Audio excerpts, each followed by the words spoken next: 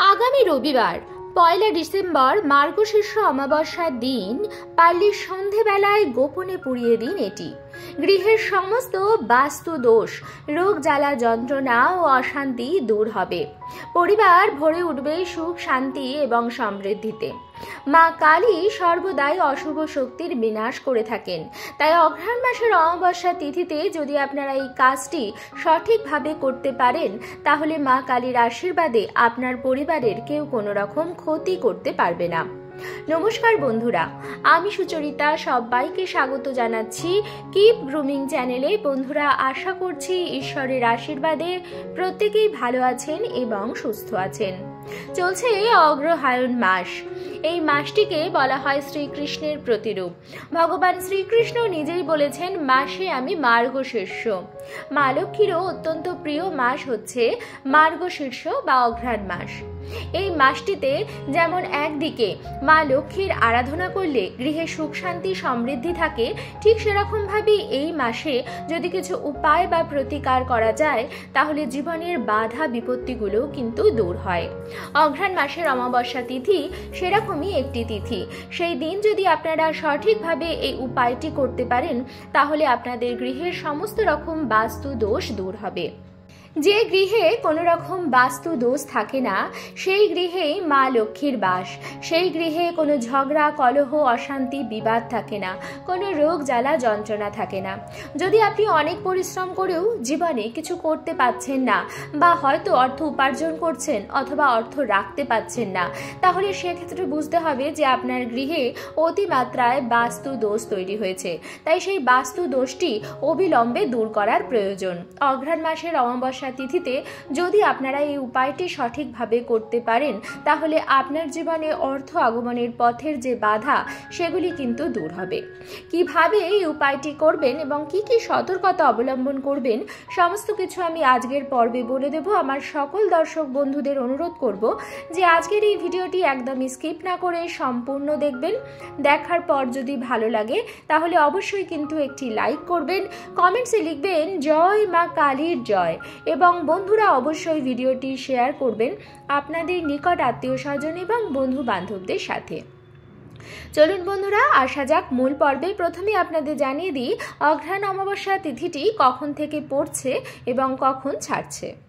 যদিও পঞ্জিকাতে আগামী রবিবার অর্থাৎ ১লা ডিসেম্বরে অমাবস্যা দেখাচ্ছে, কিন্তু অমাবস্যাটি পড়ছে কিন্তু শনিবার দিন সকাল ৯:৫৪ থেকে, অর্থাৎ আগামী ৩০শে নভেম্বর ২০২৪ বাংলার ১৪ই অগ্রহায়ণ ১৪৩১ আগামী শনিবার অমাবস্যা তিথি পড়ছে ৯:৫৪ থেকে, এবং অমাবস্যা তিথি থাকবে রবিবার অর্থাৎ ১৫ই অগ্রহায়ণ ১৪৩১ ইংরাজির ১লা ডিসেম্বর ২০২৪ রবিবার দিন সকাল ১১:১৭ পর্যন্ত। সেই হিসাবে কিন্তু শনিবারের রাত্রি যেটি হচ্ছে, সেদিনই কিন্তু অমাবস্যার নিশি পালন হবে। তবে অমাবস্যার যে ব্রত উপবাস, সেটা আপনারা রোববার দিনও করতে পারেন। এই উপায়টি করবার জন্য আপনারা শনিবার সন্ধেবেলা অথবা রোববার দিন সন্ধেবেলা যে কোনো একদিন এটি করতে পারেন, তাতে কোনো রকম অসুবিধা নেই, কারণ দুদিনই অমাবস্যা থাকছে। এবার আমি আপনাদের বলে দেব যে এই উপায়টি করবার জন্য কি কি জিনিস আমাদের লাগবে। প্রথম যে জিনিসটি আমাদের লাগবে সেটি হচ্ছে রান্নাঘরের অতি প্রয়োজনীয় সামগ্রীর মধ্যে একটি, সেটি হচ্ছে তেজপাতা। প্রাচীনকাল থেকে বহু ভেষজ গুণের অধিকারী এই তেজপাতা। প্রাচীন ভারতীয় অ্যারোমা থেরাপি অনুসারে তেজপাতার সুগন্ধ শরীর, মন, বাড়ির পরিবেশ এবং ঘরের বাস্তুতে ইতিবাচক প্রভাব এনে দেয়। শুধুমাত্র রান্নাঘরেই তেজপাতার ব্যবহার সীমিত নয়। বাস্তুশাস্ত্র অনুসারে তেজপাতার ধোঁয়ায় ঘরের সমস্ত নেগেটিভিটি অর্থাৎ নেতিবাচক শক্তি দূর হয় এবং ঘরের পরিবেশ শুদ্ধ ও পবিত্র হয়। এই উপায়টি করবার জন্য আমাদের লাগবে 7টি নিখুঁত তেজপাতা, তার সাথে লাগবে 5টি নিখুঁত লবঙ্গ, হিন্দু ধর্মে পূজা অর্চনা ও জ্যোতিষের নানান উপায়ে লবঙ্গের ব্যবহার লক্ষ্য করা যায়। জ্যোতিষে লবঙ্গকে অধিক গুরুত্বপূর্ণ মনে করা হয়। বাস্তুশাস্ত্র অনুযায়ী জীবনে সুখ, সমৃদ্ধি ও অর্থ লাভের জন্য লবঙ্গের ব্যবহার করা যায়। আমাদের জোগাড় করে নিতে হবে 7টি নিখুঁত তেজপাতা এবং 5টি নিখুঁত লবঙ্গ, যে লবঙ্গের মধ্যে ডান্ডিটি এবং ফুলটিও সমানভাবে আছে। তার সাথে আমাদের লাগবে 1 টুকরো বা 3 টুকরো কর্পূর। এই 3টি জিনিসই আপনাদের সকালবেলায় জোগাড় করে নিতে হবে। বন্ধুরা, মার্গশীর্ষ অমাবস্যা তিথিটি একটি অত্যন্ত ফলপ্রদায়ী তিথি। এই তিথিতে স্নান, পবিত্র নদীতে স্নান করা বা দান করলেও অধিক পুণ্য অর্জন হয়। তাই যদি আপনার পক্ষে কোনো পবিত্র নদীতে বা গঙ্গা স্নান করা সম্ভব না হয়, তাহলে সেদিন কিন্তু অবশ্যই ঘরে সামান্য পরিমাণ কর্পূর এবং কালো তিল মিশিয়ে সেই জলে স্নান করবেন এবং স্নান করবার পরে গায়ে গঙ্গার জল ছেটাতে ভুলবেন না। সেই দিন ঘর দুয়ার একদম পরিষ্কার পরিচ্ছন্ন করে নেবেন এবং স্নান সেরে শুদ্ধ বস্ত্র পরিধান করে নিত্য পুজো দেওয়ার সময় মা কালীর বিশেষ পূজা অর্চনা করতে ভুলবেন না। আপনার ঠাকুরের সিংহাসনে মাতৃশক্তির যে রূপেরই আলেখ্য, বিগ্রহ বা পট থাকুক না কেন, তার মধ্যে অবশ্যই একটি জবা ফুলের মালা নিবেদন করবেন। মাকে একটি নতুন ওড়না পরিয়ে দেবেন। আপনার সাধ্যমতো নৈবেদ্য সাজিয়ে দেবেন এবং মায়ের সামনে প্রদীপ, ধূপকাঠি, ধুনো ইত্যাদি জ্বালিয়ে দেবেন। মায়ের চরণের কাছে একটি ছোট ঠাকুরের বাটিতে বা পাত্রে আপনি 7টি তেজপাতা, 5টি লবঙ্গ এবং একটি কর্পূর মায়ের চরণের কাছে রেখে দেবেন। তারপর যেইভাবে আপনি নিত্য পূজা এবং আরতি করেন ঠিক সেইভাবেই করে নেবেন এবং তারপরে ঠাকুর ঘর ছেড়ে দেবেন। বন্ধুরা, বলে রাখি, মার্গশীর্ষ অমাবস্যার তিথিটিতে পিতৃপুরুষদের বিশেষ আশীর্বাদও পাওয়া যায়। যে কোনো অমাবস্যা তিথিতে মা কালীর বিশেষ পূজা অর্চনা করাও অত্যন্ত শুভ। তাই আপনার বাড়িতে যদি মায়ের কোনো রকম বিগ্রহ বা আলেখ্য না থাকে, তাহলে আপনি কাছাকাছি কোনো মন্দিরে গিয়েও আপনার পরিবারের নামে মায়ের কাছে পুজো অবশ্যই দিয়ে দেবেন। এবং বন্ধুরা, সেই 7টি তেজপাতা, 5টি লবঙ্গ এবং কর্পূর আপনার ঠাকুরের সিংহাসনে মায়ের চরণের কাছেই রেখে দেবেন।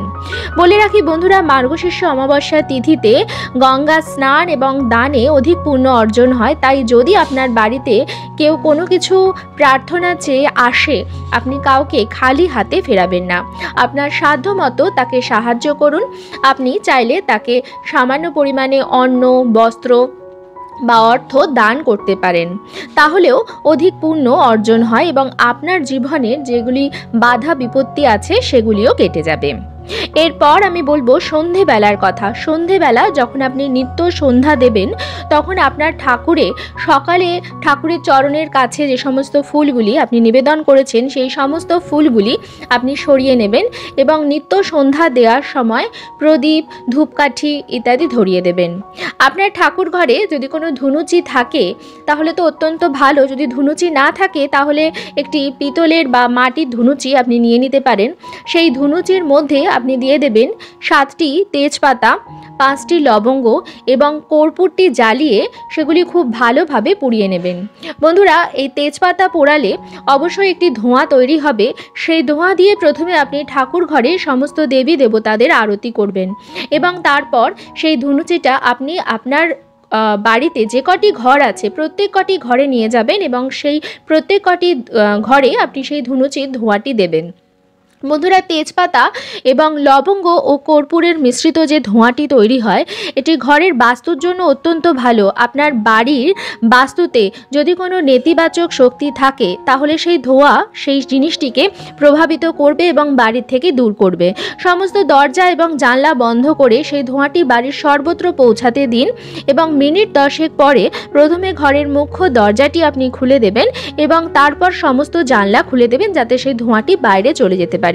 বন্ধুরা, এই উপায়টি আপনারা করবেন মার্গশীর্ষ অমাবস্যার দিন। উপায়টি কিন্তু অত্যন্ত ভালো। আপনার বাড়িতে যদি ঘরের বাস্তু অত্যন্ত রকমভাবে নেগেটিভ এনার্জি দ্বারা প্রভাবিত হয়ে থাকে, সেটি আপনি কিভাবে বুঝবেন? আপনি অনেক পরিশ্রম করছেন, কোনো ফল পাচ্ছেন না, আপনার জীবনে কোনো রকম উন্নতি আসছে না এবং বাড়িতে কোনো শুভ কাজ বা কোনো পূজা অর্চনা করতে চাইছেন, তাহলে বাধাপ্রাপ্ত হচ্ছেন, তাহলে বুঝবেন যে আপনার ঘরের বাস্তু প্রভাবিত। তাহলে সেক্ষেত্রে এই উপায়টি আপনি পরপর 2 বা 3টে সপ্তাহ মঙ্গলবার এবং শনিবার করতে পারেন, অত্যন্ত ভালো ফল পাবেন। তবে বলে রাখি বন্ধুরা, কিছু কিছু সতর্কতা আপনাদের অবশ্যই অবলম্বন করতে হবে। প্রথম হচ্ছে যে 3টি সামগ্রী আমাদের এই উপায়টি করবার জন্য লাগবে। যদিও সেটি রান্নাঘরে মজুত আছে, তবু আমি বলবো যে আপনি বাজার থেকে নতুন সামগ্রী নিয়ে এসে তারপরই করুন, কারণ রান্নাঘরে যে সামগ্রী আছে তাতে নিশ্চয়ই ঠেকা ছোঁয়া কিছু লেগেছে, তাই সেই জন্য অবশ্যই জিনিসটির শুদ্ধতা সবার আগে প্রয়োজনীয়। যখনই কোনো উপায় করবেন তখন সেই সামগ্রীটির শুদ্ধতা, আপনার মনের শুদ্ধতা এবং আপনার শরীরের শুদ্ধতা, এই 3টে জিনিসই কিন্তু একটা উপায় করবার জন্য প্রয়োজনীয়। তাই আপনি স্নান সেরে শুদ্ধ বস্ত্র পরিধান করে তারপরই এই উপায়টি করবেন। এই সময় ঘরের পরিবেশও একদম পরিষ্কার পরিচ্ছন্ন যেন থাকে, কোথাও যেন নোংরা আবর্জনা জমা হয়ে না থাকে, বিশেষ করে রান্নাঘরে এঁঠো বাসনকোসন যেন না থাকে, এই বিষয়ে বিশেষভাবে খেয়াল রাখবেন। যে কোনো উপায় করবার জন্য এটি অত্যন্ত গুরুত্বপূর্ণ, তাই এই বিষয়গুলিও খেয়াল রাখুন। এবং বন্ধুরা, সেই দিন ভুলেও ঘরে আমিষ জাতীয় খাবার ঢোকাবেন না। সেদিন এমনিতেই অমাবস্যা তিথি এবং মার্গশীর্ষ অমাবস্যা একটি অত্যন্ত ভালো তিথি, তাই সেই দিন বাড়িতে আমিষ জাতীয় খাবার ঘরে আনবেন না, আপনি নিজে রাঁধবেন না এবং বাড়ির কেউ যেন না খায়, সেই বিষয়েও খেয়াল রাখবেন।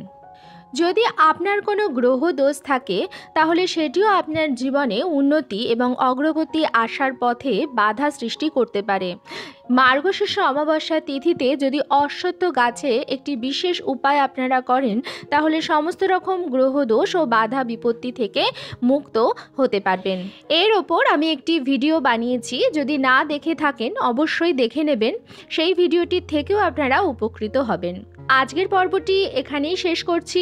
আশা করছি আজকের ভিডিওটি আপনাদের ভালো লাগলো এবং একটু হলেও উপকারে লাগলো। ভিডিওটি ভালো লাগলে অবশ্যই কিন্তু লাইক, কমেন্টস এবং শেয়ার করবেন বন্ধুরা।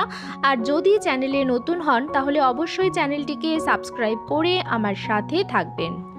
দেখা হবে কিপ গ্রুমিংয়ের নতুন আরও একটি পর্ব নিয়ে। সবাই খুব ভালো থাকবেন, সুস্থ থাকবেন।